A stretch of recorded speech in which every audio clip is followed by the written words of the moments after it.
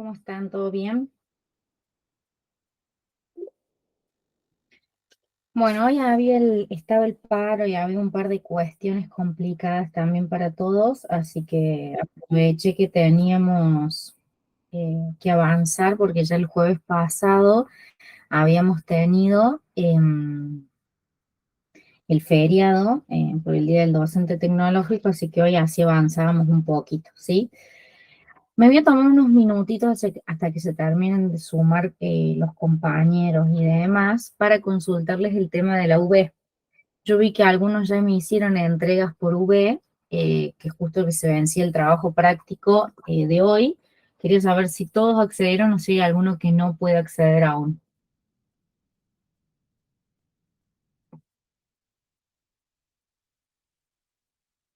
Yo no fui, sí pude, profe, no sé. Sí pudiste. Listo, Sí, ¿hay sí, alguno? sí se Está puede, todo yo sí bien. pude. O sea, la Bueno, entrega parecía retrasada una semana. sí, no, no importa haber sido por el tema que se me configuraron muchas cosas, pero por lo menos lo pudieron entregar. Profe, ¿cómo está? Yo ingresé, me saltaba como un error cuando quería cargarlo y ahora no puedo, digamos. Bueno, a ver, voy a ver qué es lo que pasa. Así lo arreglamos y ya con la entrega de hoy saneamos, digamos, todas las entregas. Eh, a Profe, ver, yo con mi grupo entregamos por el trabajo por el Drive. por ¿Lo el drive, está entregamos? bien, es válido igual, no hay problema, Perfecto. porque yo vi que hoy justo se habilitaron a algunos y otro por el otro lado, y bueno, tengo alerta de que a lo mejor vuelva a fallar, así que está bien, si lo hayan entregado por un lado o por el otro, no hay problema. Yo estuve viendo todos los otros por el drive, así que están bastante bien. Ya les voy a hacer la devolución cuando completemos el siguiente trabajo práctico que lo vamos a ver ahora, hasta el número 4. A ver, voy a ver qué pasó con este. Claro, se terminó porque hoy hasta las 18:30 supuestamente era la entrega, no sé quién preguntaba. Yo lo voy a habilitar un par de horas más, 20:30, pero no más de eso, así lo podemos cerrar. A ver, ahora fíjate si lo podés cargar. No sé quién había consultado. Sí, ahí me aparece la opción. Gracias. Bueno, cárguenlo en este par de horas, pero la idea es que se cierre la entrega. Yo también voy a cerrar la entrega del drive, pero la dejé abierta por esto de que V no anda y esas cuestiones, ¿sí? Bien, bueno. Entonces, todo el resto que no me dice nada quiere decir que pudieron entrar normalmente.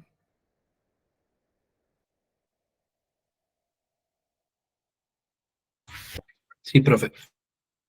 Bien, Sí, profe, podemos entrar. bueno.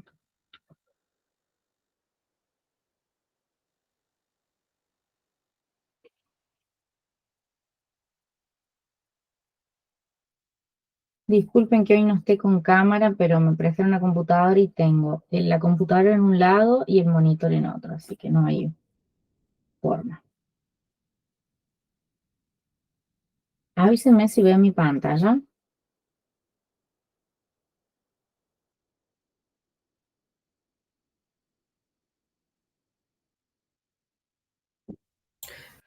Sí, profe, Sí, se sí, ve. se ve, profe. Bueno, vamos a completar un poquito lo que es esta primera parte, que es todo el análisis de la vía, particularmente. Nosotros fuimos recorriendo el capítulo 1, el capítulo 2 y ahora tocaría lo que desarrollaríamos hoy sería el capítulo 3. Lo que vamos a hacer es ver una lámina o una diapositiva, filmina, lo que sea, del capítulo 4, donde vamos a citar alguna de las funciones de la vía para poder desarrollar el trabajo práctico siguiente, ¿bien? Y después sí ya nos vamos a entrar entre esta clase y la clase que viene al capítulo número 3, en donde tratamos una de las 4 funciones de la vía, que es la función del drenaje. Entonces, la clase de hoy vamos a definir estas 4 funciones de la vía que yo se las he nombrado, pero hoy como que vamos a hacer hincapié, vamos a alargar con el trabajo práctico. El trabajo práctico es muy sencillo, así que va a tener fecha de entrega de 1 semana, o sea, hoy es 9, al 16 vamos a hacer la fecha de entrega del trabajo práctico número 4, en donde el trabajo número 4 básicamente es definir en muy poquitas líneas, tiene una única consigna, cuáles son esas funciones de la vía. Así que vamos a arrancar al revés que estamos acostumbrados siempre. El trabajo número 4, que ya lo tienen habilitado, se va a tratar de identificar una problemática visualizada en el tramo de la vía que ustedes ya vienen estudiando, conforme a alguna de sus 4 funciones básicas, que hoy vamos a charlar un poquito de estas 4 funciones. Habría que ver la manera de generar una propuesta, una solución ingenieril a esta propuesta problemática planteada. No, está mal lo que le estoy diciendo. No es el 16, el 23 tiene que ser, porque este segundo punto les va a llevar más tiempo. El 23 va a ser y respetamos las 2 semanas. Este último punto, en donde dice elaborar un análisis de cómo ha repercutido la pandemia en las funciones básicas de la vía bajo estudio, no lo vamos a hacer. Vamos a hacer solamente los puntos 1 y 2. ¿Bien? ¿Alguna duda con alguna de esas 2 consignas?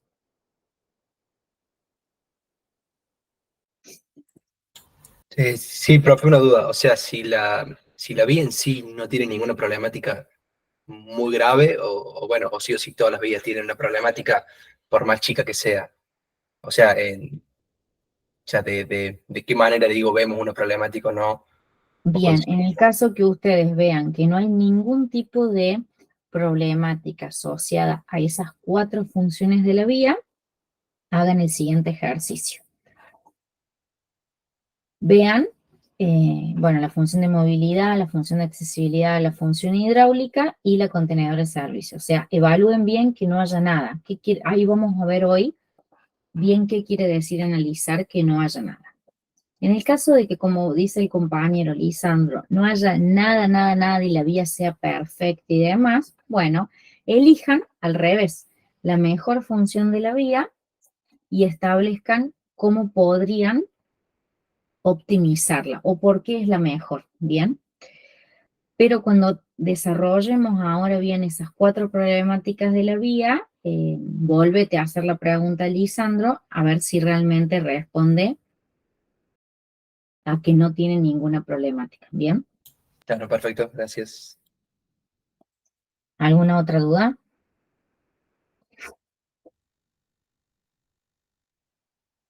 Bien, bueno. Yo esto se lo subí en donde vamos a arrancar al revés, vamos a alargar un poquito con estas funciones, en donde nosotros anteriormente habíamos definido el perfil longitudinal de la calzada, ya habíamos tenido, podemos no tener una solución de drenaje. La solución de drenaje básicamente va a incluir a darle solución a ese perfil longitudinal, o bien por ahí una de las principales funciones del perfil longitudinal de la vía es que escurra el agua y que también tenga una correspondencia de ese perfil transversal que también aporte a eso. Además de que tiene que aportar al nivel de servicio y un montón de cuestiones más de la vía.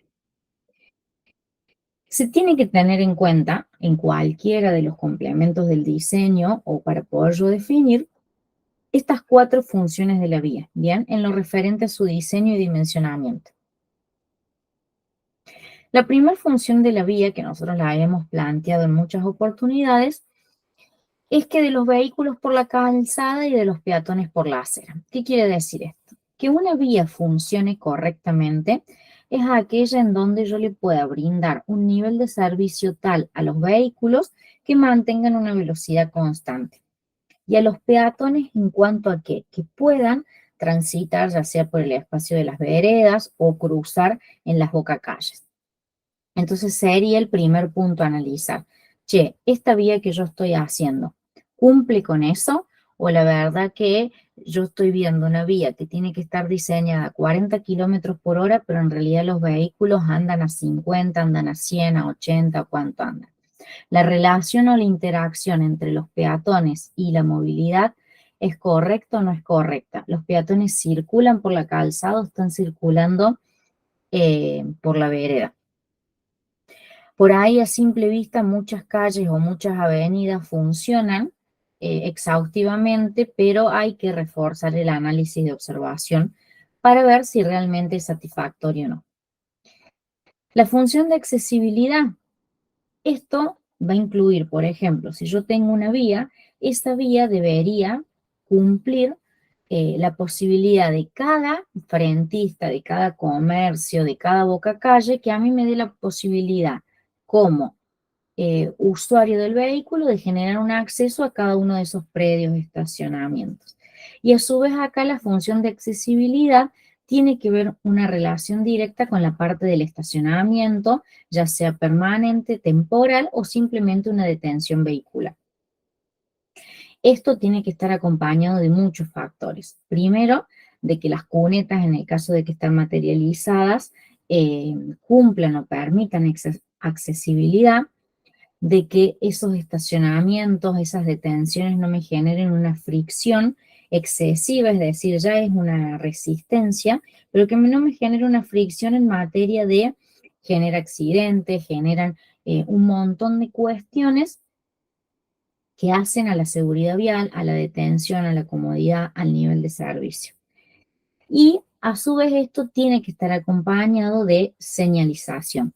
Esa señalización puede ser en manera horizontal, por ejemplo, pintada para el cruce peatonal, o bien puede estar a través de cartelería, prohibido estacionar, prohibido detenerse, etc. Entonces, la vía que yo estoy analizando cuenta con ese nivel de servicio en cuanto a la puedo usar si yo viniera de otro lugar, sé dónde tengo que estacionar, dónde puedo estacionar, dónde no. En el caso de que sea un estacionamiento rentado, ese estacionamiento está regulado, es legal, cumple con la normativa o el marco normativo vigente. Si no, bueno, sabrán analizarlo cada uno en su caso. La tercera función, y que dentro de todo hoy, todo este tiempo ha estado en tela de juicio, discusión por todas las últimas inundaciones, ¿qué ha pasado? Es la función hidráulica. La vía, la voy a leer antes, así me adentro en el tema. Hidráulica, ¿por qué? Porque recogiendo y conduciendo las aguas de origen pluvial a sus colectores y por esto a los emisarios finales. Nosotros dijimos que la vía, como principal o una de las 4 funciones principales de la vía, es que debería canalizar las aguas, es decir, tomarla en su perfil transversal, en su gálibo, por ejemplo, distribuirla hacia las cunetas conducirlas a través de su perfil longitudinal de norte a sur, de este a oeste, a lo largo de la calle, conectarla a calles que conduzcan mayor caudal y a su vez ese caudal de agua canalizarlo en algún emisario. Puede ser una acequia, puede ser algún alcantarillado, puede ser algún entubado, cualquier sistema de drenaje que a mí me lo conduzco, me lo lleve a un emisario final. Entonces, estudiar y ver qué es lo que pasa con esa calle en los días de lluvia, en los días de precipitaciones, de lluvias torrenciales, etcétera. ¿Qué es lo que pasa? Es muy probable que dentro de la ciudad de Córdoba, muchas de las calles, o la gran mayoría, esta función la tengan más comprometida que el resto. Y después la cuarta función es la localización. La localización, en este caso, hace referencia al nivel de servicio, ya sea del mobiliario como las redes de servicio público en su totalidad. Por ejemplo, esa calle, si nosotros hemos hecho un buen diagnóstico, es decir, hemos logrado identificar todos los factores determinantes del diseño, tenemos las herramientas para poder definir si esa calle con esas dimensiones y esa ocupación del espacio vial, el espacio urbano, cumple con un nivel de servicio tal. Es decir, que todos los servicios públicos que debieran o debiesen estar en ese espacio son coherentes. Por ejemplo, esto habla del alumbrado público. ¿Es correcto que el alumbrado público sea aéreo? ¿De qué calidad es ese alumbrado público? ¿O debería estar enterrado? Las veredas se encuentran en un estado óptimo de materialización, el mantenimiento es correcto o no. ¿Hay sistema de bachado? ¿No hay sistema de bachado? Hay elementos que a mí me alteren por formar parte del mobiliario urbano a la movilidad o a la accesibilidad.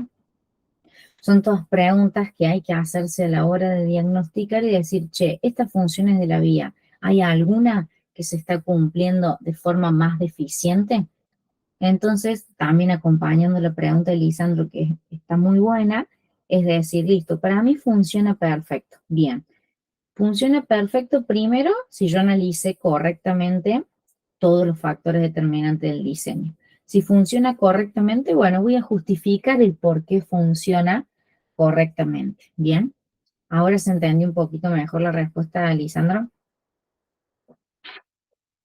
Sí, profe, perfecto.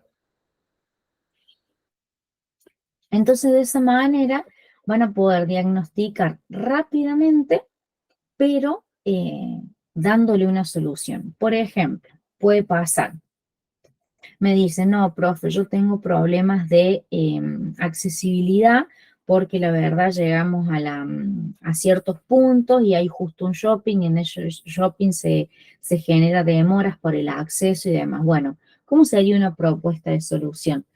A la hora de edificar no tendría que haber un marco normativo que a mí me indique que esa edificación o esa nueva construcción debería tener un estacionamiento obligatorio propio. ¿Sería conveniente o no, por ejemplo? Si la obra ya está construida y bueno, no correspondería aguas arriba o cuando se canaliza el flujo vehicular, desviar parte de ese tránsito o seguir utilizando esa avenida o esa vía para intentar priorizar ambas, movilidad y accesibilidad. Y así con cada uno de los elementos. Bien. Yo les puse en uno de los anexos, este no, sino que es en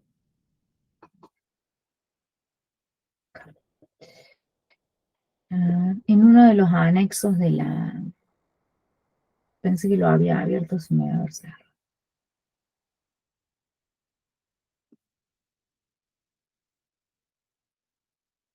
Bien, en uno de los anexos de la unidad anterior, habíamos hablado de algunas características o algunas reglamentaciones que forman parte de poder cumplimentar con estos elementos del diseño o con estas consideraciones. Hay un manual de diseño urbano que fue emitido para la ciudad de Buenos Aires, en donde me gustaría hacerle algunas consideraciones. Es un libro que ustedes lo pueden tener de acceso gratuito. Miren el año, o sea que hace bastantes años que fue emitido, pueden coincidir o no con algunas consideraciones. Bien. Básicamente lo que tiene este trabajo, después léanlo tranquilos, pero les quiero mostrar la organización en donde les puede dar ideas o tips de poder analizar en función de la condición y del capítulo que aplique en su análisis a diferentes cuestiones. Por ejemplo, acá hay ideas o señalizaciones de que cómo debería ser el paisaje urbano, tanto su morfología como la parte verde, los materiales que se proponen en función del tipo de la calle, el tipo de equipamiento, inmobiliario, etc. No quiere decir que todos los elementos que acá están detallados sí o sí son los que vamos a utilizar.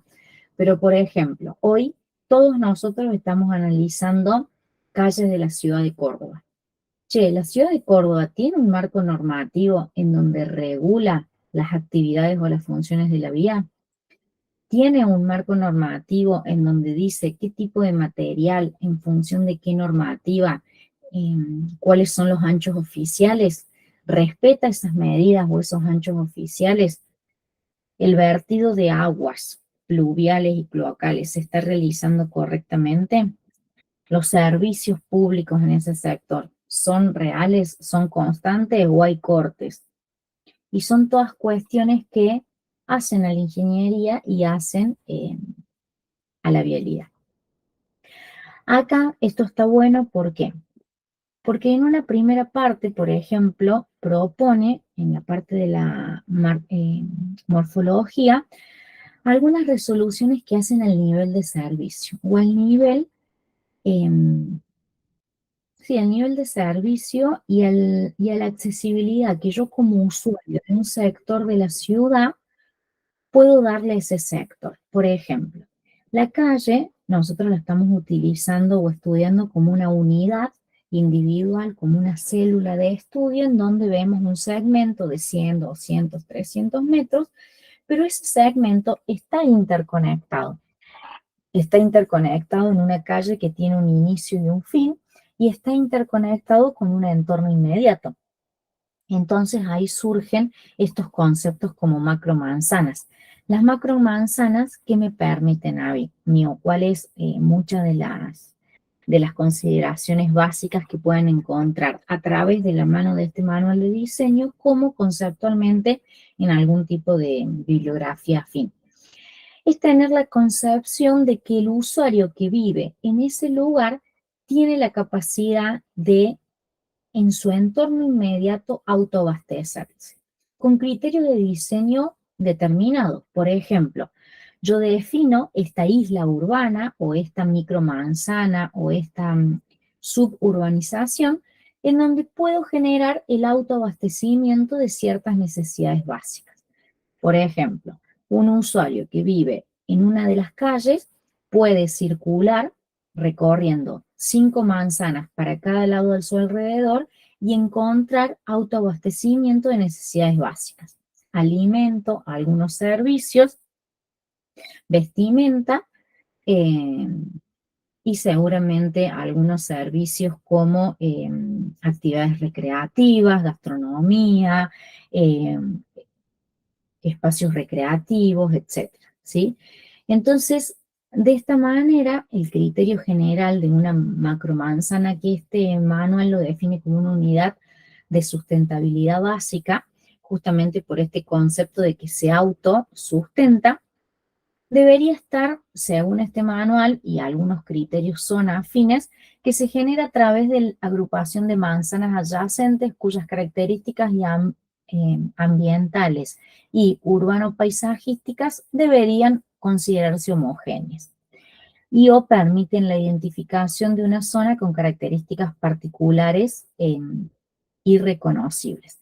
Es muy parecida esta segunda parte de la definición o el concepto a la idea de barrio que nosotros tenemos. Por ejemplo, nosotros decimos, uy, en ese barrio pasa tal o cual cosa. Ese barrio está identificado, por ejemplo, con un club de fútbol, con un club de básquet, y como una actividad o la localización de actividades que nosotros definíamos marca en cierta manera o identifica y marca la cultura, la idiosincrasia de ese barrio. Las macromanzanas formarían a ser subconjuntos o espacios un poco más reducidos en donde, por ejemplo, en un barrio podría haber 2 o 10 macromanzanas. Entonces, de esa manera se nutren vecinos que por ahí las macromanzanas se asemejan o podrían generar una similitud al concepto de barrios privados.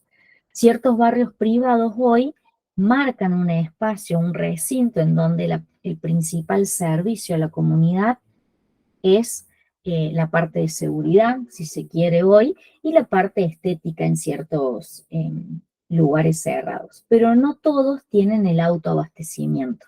Sí hay en algunos country o en algunos barrios privados que generan o dan la posibilidad al vecino de generar un kiosco, una roticería, algún espacio en donde brinda un servicio a la comunidad. Pero en muchos de esos no. Entonces, bueno, acá, ¿qué es lo que hace? Y acá está lo interesante de este manual, que después léanlo en mayor profundidad. No es la manera en que lo estudian teóricamente, sino que vean el aplicativo a un diseño o bien si esto existe en Córdoba, se lo planteen, ¿existe en la calle que yo estoy trabajando o no? ¿O debería ser una mejora en cuanto a sus funciones?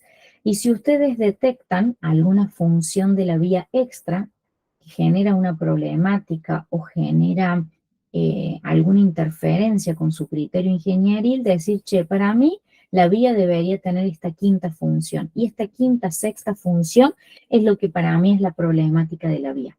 En eso sean criteriosos y como que no nos limitemos en solamente por un apunte teórico de 4 funciones, van a ser esas 4 y nada más. Esas son las funciones básicas, eternas, históricas, que puede tener un apunte de vialidad especial, pero el análisis puede ir un poquito más allá. Y lo interesante de este manual es que, por ejemplo, genera tipologías. Genera tipologías de calles interiores y genera tipologías de calles perimetrales. Entonces, ¿qué me genera tener una tipología, un ejemplo en donde yo fije criterios de diseño, en donde fije dimensiones, en donde fije materiales? Me da 2 ideas básicas fundamentales para un ingeniero. Uno es la planificación y segundo, que me da criterios. Entonces, si yo tengo una planificación y tengo criterios, me asegura una calidad, o al menos se entiende que las personas que han analizado algún tipo de criteriosamente de materiales, criterios de edificación, criterios de materialización y demás, han estudiado el sector, han estudiado la idiosincrasia, el uso de la vía, y tienen una noción de lo que están haciendo y tratando. Entonces, por eso es que está muy bueno, hay una propuesta de fichas que hacen a que todo este segmento, bueno, sea similar porque tiene características similares. ¿Y cómo hacemos que una cosa sea similar a la otra? ¿Cómo hacemos que una vía sea similar a la otra vía y me defina una macromanzana o me defina un barrio? Porque se contagia por similitudes. Si tenemos una calle adoquinada y bueno, continuamos todo el sector con calles adoquinadas. Por ejemplo, Güemes. ¿Qué pasó con el espacio de Güemes?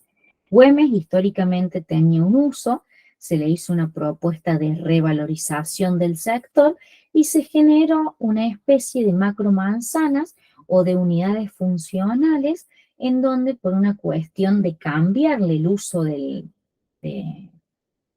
uso privado se cambió el uso vial y ahora hay otro uso del sector. Por ahí apuntado a brindar un servicio de gastronomía, un espacio capaz recreativo y demás, y se revalorizó el espacio.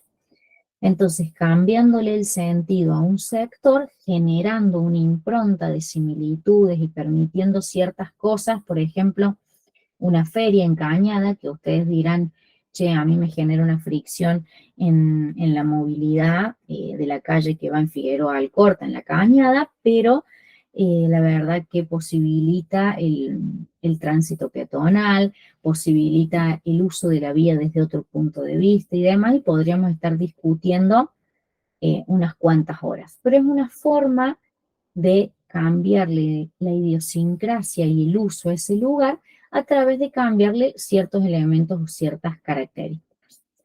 ¿Se entiende hasta ahí?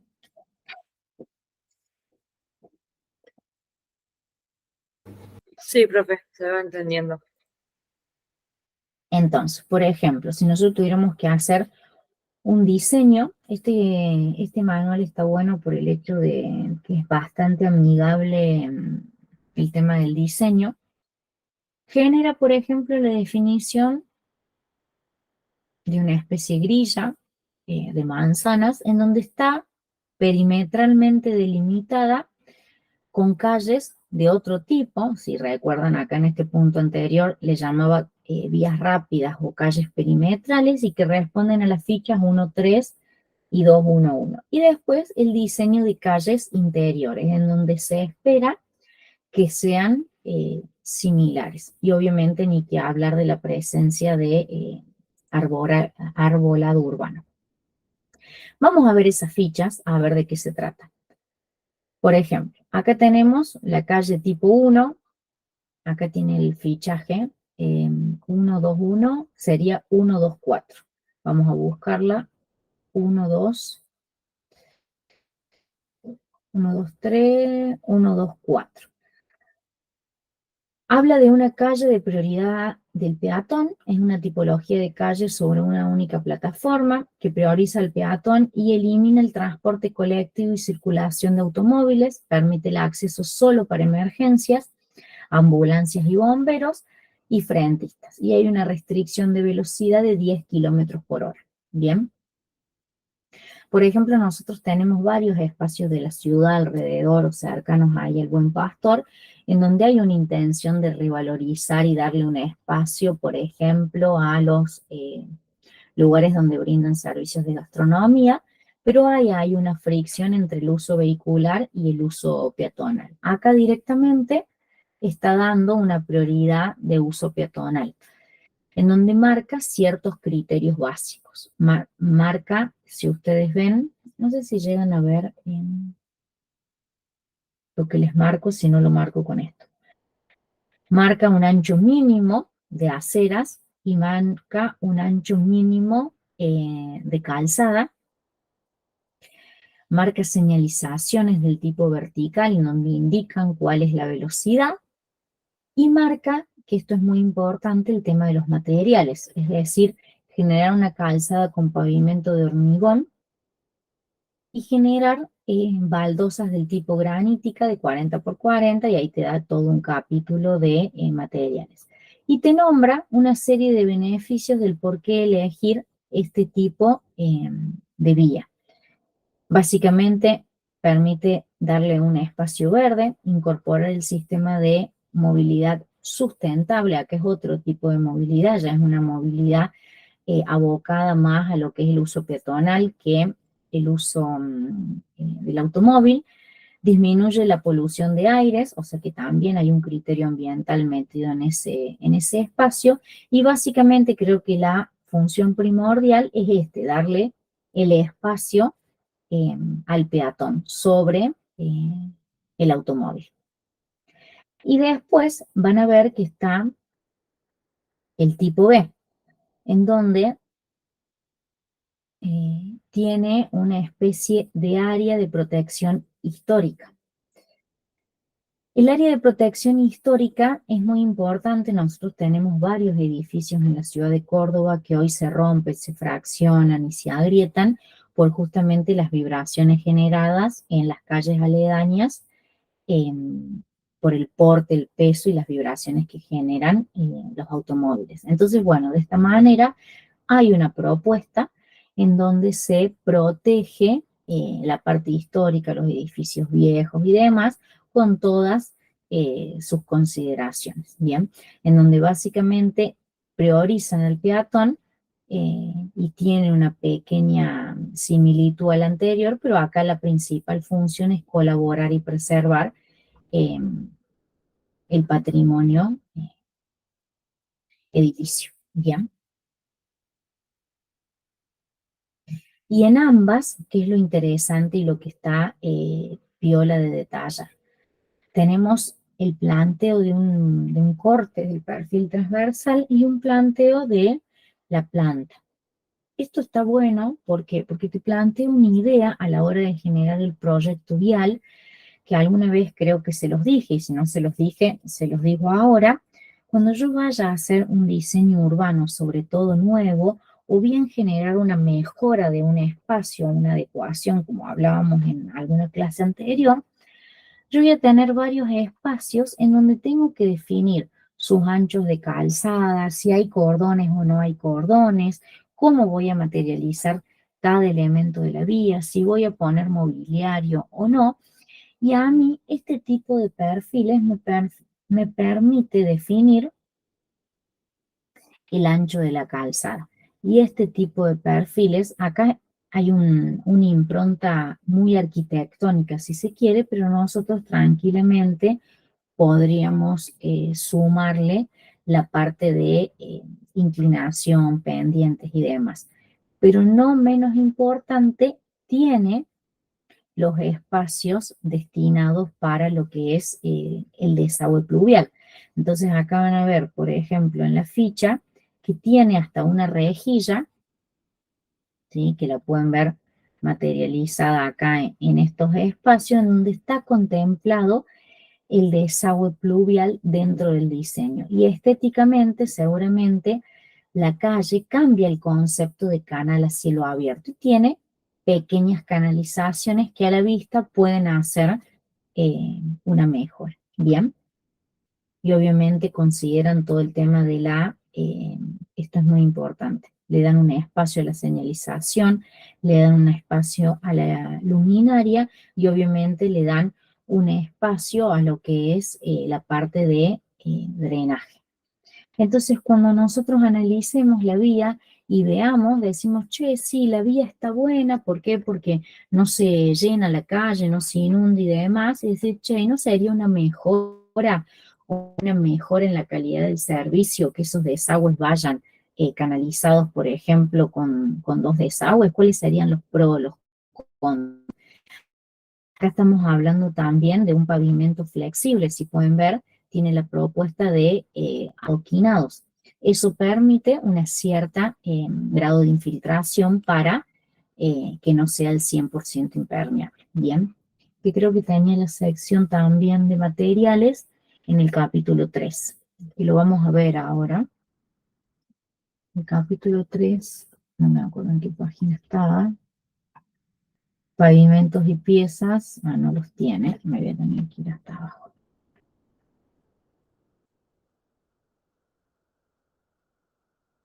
Llegan a ver negra la pantalla, ¿no? Ahora acá está todo rojo.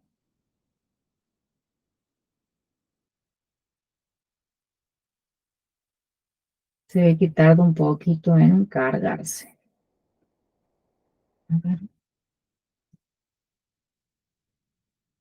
Bueno, vamos a esperar que se termine de cargar porque no se me termine de cargar. No sé si es porque capaz lo tenga abierto online.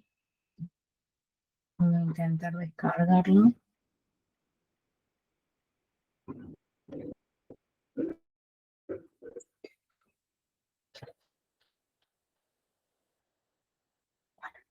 No me deja descargarlo, no sé por qué. ¿Ustedes me están escuchando bien? Sí, profe, sí, sí. Bien. Bueno, ahí cuando me intente terminar de descargar, a ver si logro, capaz que si dejo de presentar pantalla, me deje descargar.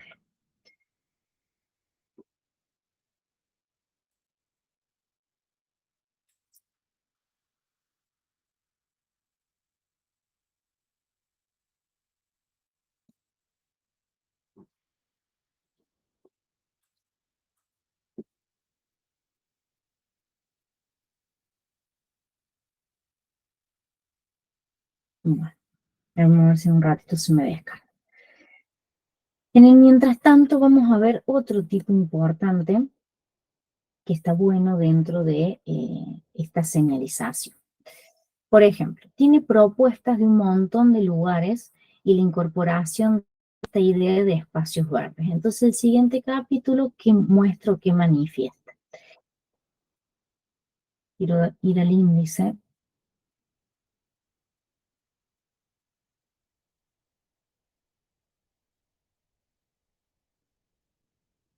Bueno, a ver, estoy rápido.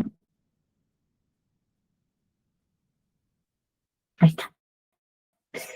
Habla de el paisaje urbano y verde. El paisaje urbano y verde hace al nivel de servicio, hace al nivel de calidad del espacio. ¿Por qué? Porque nosotros tenemos que tener un espacio vial en donde lo impermeabilizamos al 100%. ¿Por qué? Porque generamos una impermeabilización, porque generamos construcciones, porque hay edificios, porque hay volcado de residuos a la vía pública, no solamente la basura, sino puede ser a través de aguas servidas, etcétera, etcétera, etcétera. Entonces, la parte del paisaje urbano verde hace un aporte a lo que es la calidad del servicio de la vía. Hay un montón de cosas interesantes, yo me voy a detener en algunos nomás, en donde habla de un conector ambiental. Por ejemplo, habla de la propuesta de diferentes calles o espacios viales en donde yo puedo considerar a los árboles como parte del diseño vial. Habla, por ejemplo, de la propuesta de un conector ambiental, que es una tipología de calle con una importante presencia de vegetación, forma parte de una red que permite conectar el conjunto de espacios verdes de la ciudad.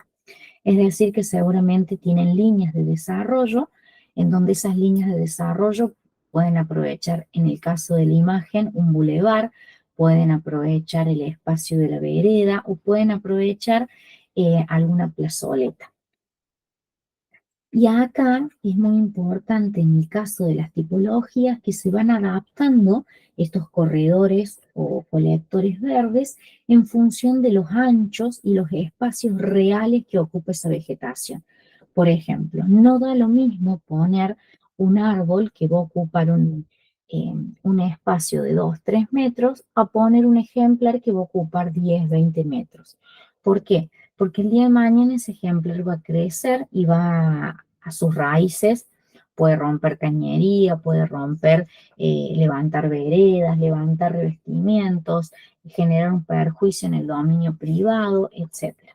Entonces, seguramente vamos a tener que establecer ciertos criterios y ciertos espacios para poder definir si ese espacio es apto o no para colocar un ejemplar. Y si ese espacio no es apto, porque ya se encuentra ejecutado y a mí me pasan 30 líneas de cable, de electricidad, etcétera, bueno, generar espacios cercanos como plazoletas en donde yo pueda darle ese pulmón verde a ese sector. Acá está la estrategia de colocarlo en bordes de autopistas, en donde tenés propuestas de jardines verticales, maceteros, o directamente colocados dentro del mobiliario. Hay que ver qué tanto duran esos canteros, si realmente tienen una durabilidad en el tiempo o que son esporádicos. Eso es importante y hay que considerarlo. Tenemos, por ejemplo, un borde costero, en donde ahí se aprovechan especies seguramente autóctonas que ya están instaladas, que no sé, aprovechan el espacio de un espacio de esparcimiento recreativo y generan las ciclovías, pero ¿cuánta cantidad de kilómetros de ciclovías se hicieron en Córdoba? Hay que ver cómo las parquizaron. No sé si notaron ahora en muchos accesos de avenida Circunvalación a la ciudad, han generado una plantación de ejemplares. Bueno, eso tiene que ver con este espacio o áreas verdes, en donde en las lagunas de retardo, lagunas donde vieron que al lado de la circunvalación siempre hay como espacios más bajos. Esos espacios más bajos funcionan dentro de todo el sistema de drenaje pluvial para contener el agua en una precipitación, en una tormenta, en lo que sea. Y esos espacios hoy, en muchos lugares de Córdoba, yo he visto, por ejemplo, los de Valparaíso y Avenida Circunvalación, los han parquizado. Y eso de acá a un tiempo va a ser hermoso. ¿Por qué? Porque además de servir como una laguna o como para poder contener la inundación de los barrios que se encuentren por debajo de ese nivel, va a ayudar a chupar agua, es decir, porque el agua consume sol y consume agua, y también va a amortizar la lluvia, ¿para qué? Para que no caiga directamente dentro de lo que es la cobertura verde. Y hay una propuesta de diseño, acá está el apartado de los árboles nativos, que hay una iniciativa muy interesante, como alguna vez les dije, de parte de los municipios en donde están empezando a exigir, por más que sea de manera tímida, a través del frentista, del vecino que hace su aporte y dice, bueno, ahora tenés que colocar este tipo de árboles, o si retiras tal o cual ejemplar, tenés que plantar 2, 3, 4, o lo que hemos hablado en oportunidades anteriores, es identificar cuáles son esas especies autóctonas o nativas y definirlas dentro del paisaje urbano. Acá, por ejemplo, están perfectamente inventariadas si se quiere, entonces el día de mañana si yo tengo que hacer un proyecto vial en este lugar, bueno, tengo que saber que tengo que cotizar, no sé, tantos ejemplares de esto, sirve, no sirve, y que forme parte de lo que es el diseño vial, por más que muchas veces nosotros cuando pensemos en vialidad, solamente pensemos en una calle, en una calzada. Bueno, acá está el apartado para los árboles exóticos, si pueden o no estar, o bien si existen y cuáles serían. Hay obviamente ejemplares que tienen su apartado especial, como un árbol que no te alcanzan los brazos para darle la circunferencia. Los arbustos y...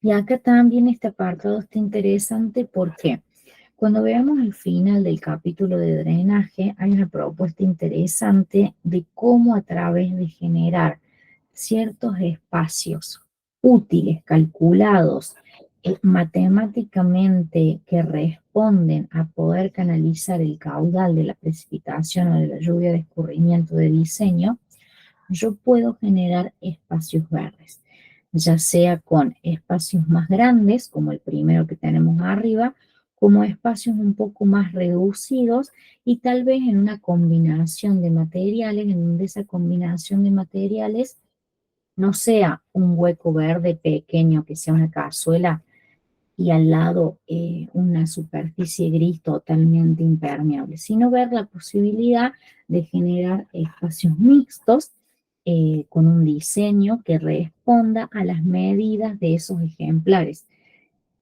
Así como nosotros hacemos la calzada en función de las dimensiones mínimas del vehículo, en función de los radios de giro, hacemos la cartelería en función de la altura, en función de un montón de características del usuario, ya sea peatón como conductor.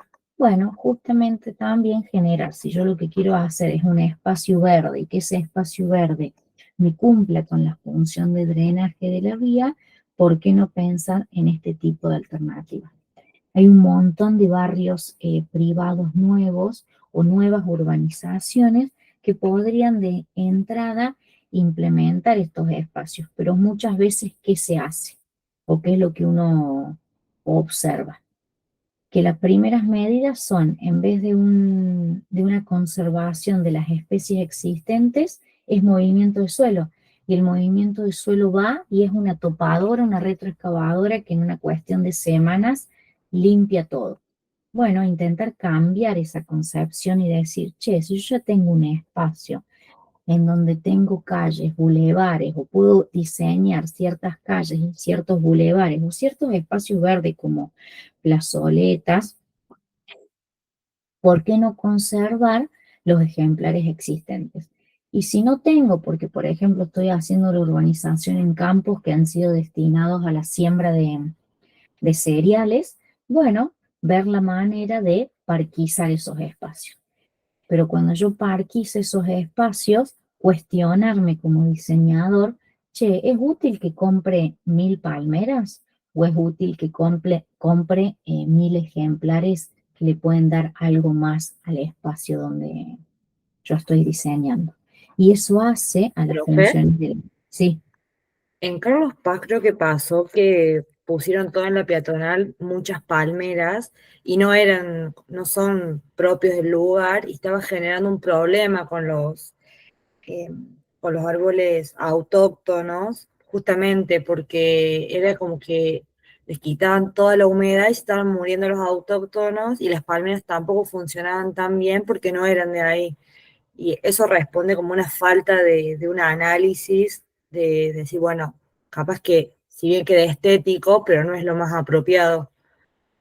falta de análisis puede ser, o el que diseñó, tomó la iniciativa, dijo, yo quiero Miami en Carlos Paz. Eh, es difícil, pero creo que es muy importante el ejemplo que vos diste, porque no solamente ha pasado en Carlos Paz, ha pasado en muchos lugares, en donde ahora hay una idea de conciencia ambiental, en donde ustedes, por ejemplo, cuando vayan con su grupo de amigos, con sus familias, con sus vehículos, lo que sea, van a elegir la sombra más frondosa. Un día de calor, quieran bajarse y tomar unos mates, ¿dónde van a elegir? Y ustedes no como ingenieros, sino como usuarios de la vía. Y van a elegir espacios en donde vean que le está dando un nivel de servicio, le está dando un nivel de confort, de un valor agregado. Entonces, capaz una palmera para ese lugar no es la solución más acertada. O capaz sí, pero no en esa cantidad. ¿Me explico lo que voy? Poner 1, 2, 3, 10 palmeras, pero también poner 10, 20, 30 ejemplares de otro tipo. Y para eso hay un montón de estudios y hay un montón de biólogos y hay un montón de agrónomos y nosotros también como ingenieros podemos tener cierta lógica a la hora de sembrar, ya sea con sembrar o plantar, porque directamente se pueden pasar y sembrar los ejemplares. Pero más importante es desde los municipios, desde las comunas, desde los organismos de control donde aprueban uno u otro proyecto, incentivar a que, che, mira, tenemos el antecedente de Carlos Paz. Bueno, sentamos antecedentes, se prohíbe la instalación de palmeras por esto y estas razones, o se restringe el uso de tal y tal. Entonces, como todo dentro de un marco normativo puede ser regulado. La construcción históricamente es como que tiene un carácter de informal en ciertos aspectos y ustedes seguramente lo van a vivir cuando tengan el ejercicio profesional, si no es que ya lo han vivido y lo tienen. Por ahí otras industrias, la alimenticia, la industria automotriz, no sé, y algunas otras industrias tienen ciertas normas, tienen ciertos estándares de calidad que por ahí no están tan familiarizados en la construcción. Si la construcción lo tiene en materia de cálculo estructural, por ejemplo, o en la parte vial, cuáles eran las normas que nosotros siempre veíamos en vías 2.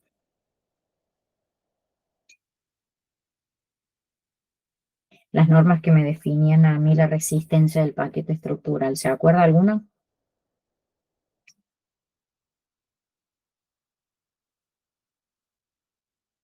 ¿Sí, no? ¿Se escucha? Las ASH, todo eso. Exactamente.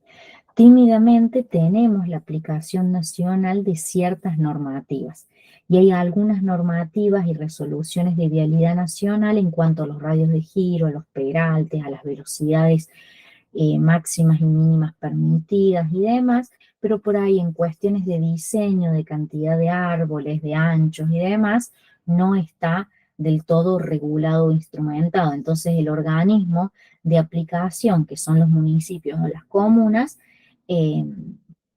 podrían ser una esperanza a través de sus gestiones y a través de mover un poco el avispero en materia de diseño y obviamente ustedes el día de mañana en su ejercicio profesional. Pasan muchas o con muchas consideraciones ambientales en donde nosotros estamos modificando el medio. Entonces por ahí está la responsabilidad del diseñador o del constructor de decir, che, ¿cuánto modifico ese medio? Y puede tener muchas consecuencias como esa que comentabas, Marianela, que sirven como antecedentes, sirven como experiencia a la hora de aprobar nuevos proyectos, de realizar nuevas planificaciones, nuevas urbanizaciones, etc. Por ejemplo, históricamente se inundaban ciertos barrios, entonces algún día alguien instrumentó que para poder habilitar un barrio nuevo, una urbanización nueva, tenías que tener el estudio de escorrentía. Bueno, para probar seguramente algún barrio nuevo, algún lugar nuevo, bueno, ¿por qué no tener un plan de reforestación o un plan de diseño verde? La tiro ahí como para que generar el interrogante en ustedes. sería una manera, una herramienta que se tendría para poder administrar ese tipo de cuestiones. Bueno, acá tenemos el concepto de las terrazas verdes, que yo no soy tan amiga de las terrazas verdes porque tienen que estar perfectamente construidas para evitar ciertos problemas, pero no quiere decir que bien ejecutadas, bien cuidadas y bien mantenidas no funcionen bien. Pero creo que al ambiente, no sé si le devuelven ese gran porcentaje de impermeabilización que tendrían si, por ejemplo, pusieran árboles en la vereda de esa edificación que se ve ahí en la pantalla. Y ustedes vean, no sé si lo lograron notar, que en todas estas, en ninguna hay una ley de aplicación, pero sí está la ley en techos o terrazas verdes. Entonces existe algún tipo de marco normativo en donde puedo usarlo de guía tanto como organismo de control como organismo de ejecución o profesional. Ahí están algunos detalles constructivos que esto sirven a ustedes para el día de mañana nutrirse y demás, si lo quieren implementar, etc. Los muros verdes, tengo el mismo comentario, tienen que estar bastante bien proyectados, mantenidos, regados sobre todo para que tengan una perdurabilidad en el tiempo. Aquí hay cortes y vistas, y los parques. Parque y el que viene, ¿cuál es? Plaza. Plaza, parque y plazoleta. Bueno, ¿qué es lo que me pasa con estos tres espacios o estos espacios? Por normativa, todas las ciudades, y esto sí hay una ley, en donde deberían tener espacios verdes, en donde compensen la mancha gris. Por ejemplo, la ciudad de Córdoba, muchas veces lo hemos hablado, tiene cierto porcentaje de verde, es decir, si medimos rápidamente la superficie con Google Earth o con cualquier programa afín, y medimos la superficie de áreas verdes, o bien hagan el mismo ejercicio en su calle, y ahí voy de la primera pregunta que me hizo Lisandro. Si yo hago la sumatoria de superficies verdes comparadas con el espacio de intervención urbana que estoy llevando adelante o que está ejecutado, es decir, el área verde dividida el área gris, fíjense qué densidad verde tienen. Es un área sobre otra área o una superficie sobre otra superficie. ¿Cumple eso? ¿Llega a mitigar los efectos ambientales o no llega a mitigarlo? ¿Qué es lo que me genera un parque o qué es lo que me genera un espacio verde? Me genera un montón de beneficios que están todos ahí mencionados. Además de mitigar contaminaciones ambientales y acústicas, me favorece a la reducción de las escorrentías, hace un aporte en materia de infiltración de aguas subterráneas y obviamente genera espacios de cohesión social a través del uso del espacio público y favorece actividades de intercambio. Por ejemplo, ustedes en esta época de otoño, en donde capaz, no sé si da la temperatura para irse a un río o a las sierras, pero sí da capaz el espacio para ir a tomarse unos mates o salir a caminar al parque. Muchos una vez yo les pregunté dónde vivían y creo que el 60 o el 65% de la clase vive en Nueva Córdoba o lugares aledaños. Ahí tienen el Parque Sarmiento. El Parque Sarmiento está usado tremendamente diariamente por un montón de personas para este fin, para generar esa cohesión social. Entonces, un espacio recreativo por excelencia, pero además cumple urbanamente dos funciones sumamente importantes. Una es la mitigación ambiental, es decir, hace un gran aporte como pulmón, como uno de los pocos pulmones verdes de la ciudad. Y la segunda, que aporta al desagüe urbano, es decir, ahí terminan ciertos sistemas de canalizaciones a través de sus lagunas de retardo, como lo hacen los otros parques de la ciudad. Pero el Parque Sarmiento por ahí es icónico, representativo, y hace un tiempo, o bueno, ya hace muchos años, se le suman otros servicios como de gastronomía y demás que aportan a esta cohesión social. Y ustedes, yo les pregunto, ¿se imaginan un parque Sarmiento que lo vuelvan parque seco o plaza seca? Es decir, que, no sé, lo llenen de caminos, lo llenen de ciclovías, lo llenen de edificios donde vendan, no sé, diferentes artículos de recreación o que vendan parte gastronómica y demás. ¿Ustedes creen que eso sería positivo o negativo para la ciudad?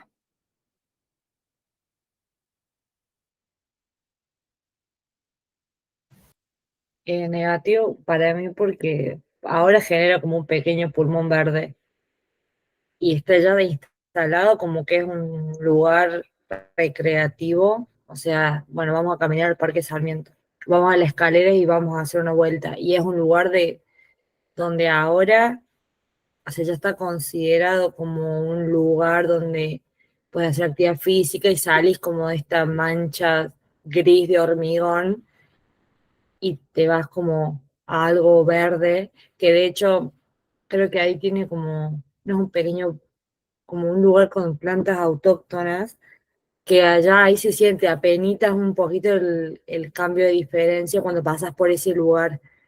Me parece que si bien se aplicaría, no sé, negocios y un montón de otras cosas, que está buena la idea, pero no para ese sector, como que no sería algo positivo, o sea, de aporte de trabajo y eso sí, pero no en lo que respecta a medioambiental.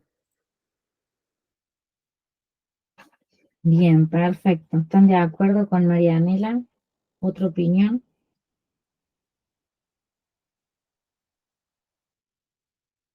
¿Están todos durmiendo la siesta y, y tomando mate? ¿O están ahí?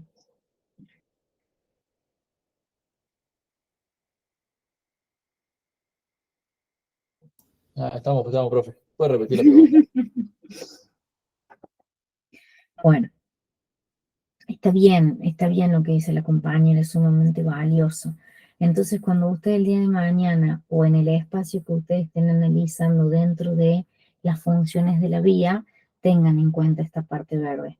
Che, ¿realmente hay árboles en la calle y esos árboles están detonados, explotados o tienen su espacio, sus canteros y sus espacios de desarrollo? ¿Realmente le hacen un aporte al espacio o no interesa? Por ejemplo, si son vías cercanas a los espacios, en donde, por ejemplo, como dice María Daniela, lo usan para espacios recreativos. La gente que usa ese servicio lo mantiene, lo cuida. Hay tachos de basura, hay espacios para, no sé, la parte de los animales, las mascotas. ¿Está bien cuidada esa parte?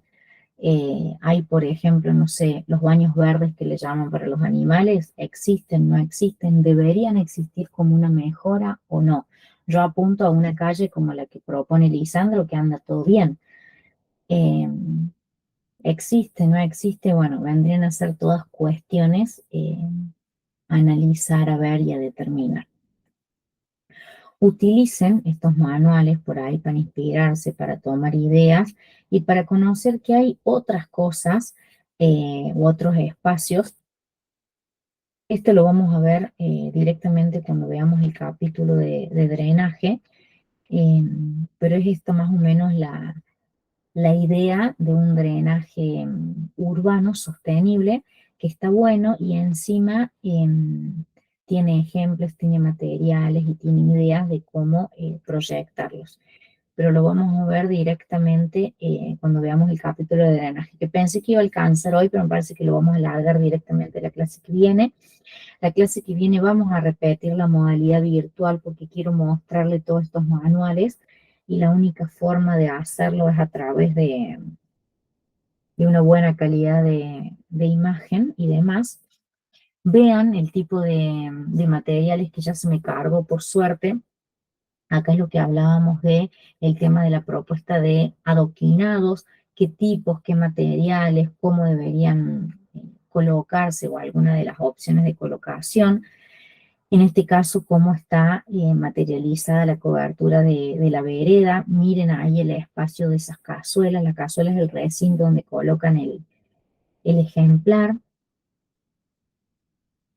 Cómo está en la propuesta de los detalles constructivos, que eso es interesante. Hagan detalles constructivos del espacio de análisis que ustedes tengan, ya sea que lo hayan hecho para este trabajo práctico o a futuro cuando a ustedes les toque algún tipo de diseño urbano.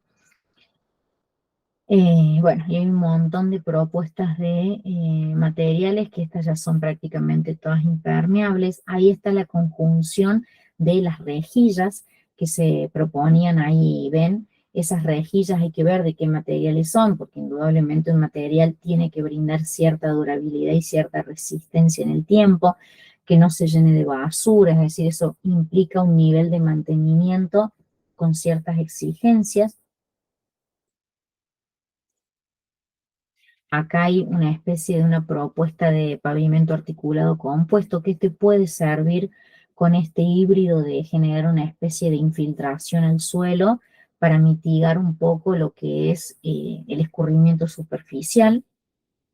Es una alternativa que permite, la aparición de algún espacio verde. Bueno, estas son las coberturas más típicas que nosotros estamos acostumbrados a ver, que brindan una especie de impermeabilidad.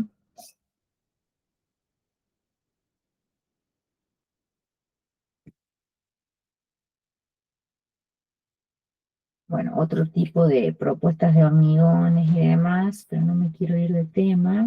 Había algo que les quería mostrar. Bueno, acá hay un tipo de cordón cuneta que no es el típico nuestro que nosotros utilizamos, pero bueno, tiene algunas características similares. Nosotros tenemos cordones un poco más regulares, entre 12 y 15 centímetros, o tenemos esas cunetas triangulares, al menos los sistemas constructivos más comunes que se ven en Córdoba, pero no quiere decir que el día de mañana no puedan proponerse alternativas. Y esto sí está bueno verlo. ¿Por qué? Porque si yo tengo, por ejemplo, una vía en donde veo y analizo su nivel de servicio, el mobiliario urbano y demás, y veo, che, ¿cómo es el alumbrado público? ¿Es suficiente o no es suficiente? A las 6, 7 de la tarde en invierno, ¿se prende la luminaria o está prendida a las 3 de la tarde? En mobiliario, por ejemplo, yo hago una cierta cantidad de metros, me puedo sentar, tengo el espacio en la calle, ¿es un espacio recreativo o es un espacio en donde no posibilitan el uso peatonal, por ejemplo? Si es un cruce o una intersección, ese cruce está señalizado, está iluminado, ahí está. Acá hay un montón de propuestas de mobiliario urbano y demás. En Córdoba tenemos un montón de ejemplos, capaz que hasta mejores, pero todos obviamente tienen que cubrir la durabilidad en el tiempo y ser materiales rústicos, si se quiere de alguna manera, para que generen cierta perdurabilidad en el tiempo. Bueno, hay un montón de mobiliario urbano. Hay un montón de hitos o elementos que permiten la división física, porque por ejemplo tienen cordones bajos en donde pueden ser cubiertos por vehículos. Bueno, este tipo de mobiliario separa espacios. Eso también ayuda al nivel de servicio de la vía. Son instrumentos los vallados. Hay que ver qué tan útiles son en la calle, sobre todo de noche, si no implicarían capaz una medida que pueda generar inseguridad vial de algún punto. Por ejemplo, algún automovilista o algún transeúnte que no lo ve se lo puede llevar puesto. Hay que ver cómo deberían estar señalizados o no. En Córdoba tenemos un montón de ejemplos de maceteros. Creo que 2 grupos eligieron las calles con esas macetas enormes. Bueno, analícenlas, véanlas si sirven, si son útiles, si generan un estorbo en la vía. Eso hace a toda esta problemática en la vía que ustedes están señalizando. Acá le llaman cazoleta, en Córdoba le suelen llamar cazuelas y cubre cazoleta. Fíjense si existen, si están, si serían necesarias en su vida. Este manual apunta a jerarquizar un poco el diseño vial urbano desde una mirada bastante elegante, si se quiere, de ciertos espacios. Pueden gustarnos o no gustarnos, pueden parecernos más feos o más lindos, pero lo que yo valoro de este tipo de manuales, que por lo menos te dan una idea de la cosa y te regulan qué utilidades, qué espacios o qué significa eso. Y bueno, recórranla, véanlo y fíjense si realmente responde o no. También les subí un anexo que forma parte a un complemento de ese manual de diseño urbano, en donde ya apunta a la integración social. La integración social en el hecho o desde el punto de vista de que todos los usuarios tengamos la misma posibilidad de acceder a la vía. Entonces, bueno, hay una interesante propuesta. Acá no me voy a poner a detenerlo, simplemente le voy a resaltar dos cosas. Uno es que hay una ley de accesibilidad física para todos, que es una ley que los invito a verla, recorrerla o el día de mañana la puedan ver. Y fíjense si tiene aplicación acá en la ciudad o en la calle que ustedes estén analizando. Y el manual hace una propuesta de diseño universal que le llama, pero básicamente a través de un montón de adaptaciones del espacio urbano y la incorporación de elementos que hacen a la movilidad urbana, podemos generar esta inclusión, que no sería incluirlo, sino que sería abrir el espacio para que todas las personas, todos los vecinos pagamos nuestros impuestos, todos podamos tener un uso de el mismo espacio público. El espacio público, para ciertas condiciones físicas, están definidas ciertas pendientes longitudinales, ciertas pendientes transversales. Bueno, en esta vía que yo estoy analizando, si me funciona la movilidad, la accesibilidad, etcétera, etcétera, ¿tengo inclusión? ¿Lo pueden usar todos los usuarios de la vía? ¿Cumple con esas pendientes transversales y longitudinales? ¿Tiene los espacios adecuados para darle albergue y generar el espacio para que todos podamos usar ese espacio vial? Hay zonas de seguridad en las bocacalles que se cumplen, que no se cumplen. Hay un montón de propuestas y de ideas, y después, por ejemplo, las rampas en las esquinas, las semaforizaciones se cumplen. Hay semáforos que yo tenga cambiado el sonido en vez de que todo sea visual. ¿Qué es lo que pasa con eso? Bueno, poder analizarlo. Acá simplemente se lo recorro a modo anecdótico, pero para que lo tengan en consideración en este análisis que están realizando. Y el último anexo es un anexo bastante complejo en donde habla de señalizaciones verticales y señalizaciones horizontales. Esto está de la mano de Vialidad Nacional, en donde hay todo un marco normativo. No hace falta que se pongan a leer todo, pero muestra y te define cómo deberían ser las señalizaciones, la cartelería. ¿Qué significa una señalización de prohibición, de restricción, de prioridad? En la vía que yo estoy analizando, ¿existen estos espacios? ¿Existen estas medidas? ¿O tengo el cartel puesto atado con alambre al semáforo? Si hay un prohibido estacionar, ¿está bien marcado? ¿Está bien señalizado? ¿Tengo el nombre de las calles, por ejemplo, en la cartelería? No lo tengo. ¿Tengo la señalización horizontal pintada en el piso como corresponde o no la tengo? Y bueno, hay un montón de parámetros y demás que, como yo les dije al inicio, la materia no es la idea ponernos a aprender 25 kilómetros, 4 metros, 5 metros, sino que apuntar a la gestión integral y tener una mirada macro de todos los elementos que componen y hacen a la gestión vial y a la gestión del espacio urbano. Bueno, y acá hay un montón de ideas y- y medidas y demás que están todas estudiadas desde dos puntos de vista. Una, que entren dentro del espacio urbano, y la segunda, que el usuario la vea. El usuario la tiene que ver desde una cierta distancia. Si yo, por ejemplo, tengo un cartel de prohibido girar a la derecha y adelante tengo un árbol, o adelante tengo el cartel de 4 kilos de papa, tantos pesos, y bueno, indudablemente hay una interferencia en la vía que no se está cumpliendo. Después está la parte de el manual de señalamiento horizontal, que es muy interesante. También lo pueden utilizar de guía para complementar.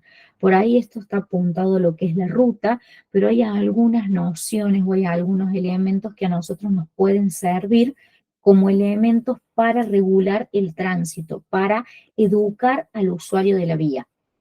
La línea amarilla es un gran educador del usuario. Por ejemplo, nosotros, si estamos en un espacio en donde vemos que hay un cruce a nivel, una intersección, o está justo la salida de camiones, o justo hay la incorporación de un carril nuevo, y por intuición, o porque hemos estudiado la carrera de ingeniería, o porque simplemente sabemos manejar o tenemos sentido lógico, diremos, che, son espacios en donde no se puede generar el sobrepaso, el sobrepaso. ¿Por qué? Porque puede generar un accidente. Pero aquellas personas, aquellos usuarios que vengan distraídos, charlando, que simplemente no se den cuenta, la doble línea amarilla es un mecanismo de educación, de decir, che, usuario, che, conductor, no pases en este espacio. ¿Por qué? Porque puede pasar que no pase nada, obvio, pero también es una zona de mayor probabilidad de accidentes. Entonces, ver todos estos elementos de señalización horizontal, si no serían convenientes incorporarlos a la vía. Por ejemplo, en Avenida Colón utilizaron parte de esta señalización horizontal. Aún así la gente no lo cumplía, entonces directamente pusieron dispositivos físicos, unos monolitos de hormigón, para dividir los espacios. Bueno, esos espacios, esos que educan y restringen físicamente el paso vehicular. Y bueno, ver qué elementos de regulación de tránsito hay, a ver si realmente se respetan o no. Los semáforos también hay que ver si se respetan o no. Y bueno, recórranlo, véanlo, hay un montón de cuestiones sumamente interesantes que pueden nutrirse. Bien, no sé si hay alguna pregunta o sugerencia.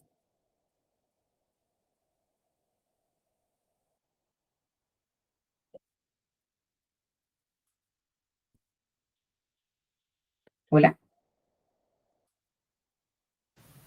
No, profe, Quedó claro. Parte. Bien, entonces lo que vamos a hacer, porque ya se han hecho las 8, pensé que lo iba a hacer más rápido, pero se ve que lleva tiempo.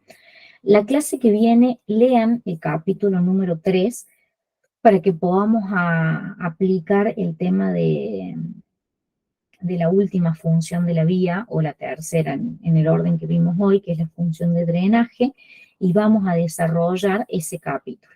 La clase que viene también ya vamos a empezar a hablar del tema del parcial, o no parcial, ahora ya se llama una instancia evaluativa. Vamos a ver algunos tips y algunas consideraciones puntuales, y vamos a desarrollar el capítulo de drenaje y algunos ejemplos y algunas estrategias de diseño. Sí, para recordarlo, vamos a tener 2 semanas para ejecutar el trabajo práctico número 4 de la problemática vial urbana. La entrega la vamos a hacer a través de Universidad Virtual, el que pueda, y el que no pueda vamos a continuar con el sistema del Drive por las dudas, y veremos cómo podemos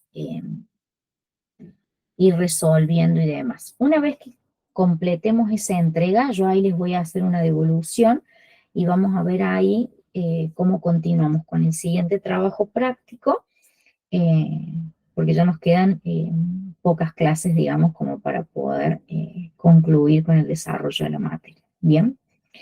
Así que bueno, hasta acá llegamos, nos vemos. La próxima clase va a ser igual, la misma modalidad que hoy, el mismo horario, el mismo canal, una modalidad virtual. Bien.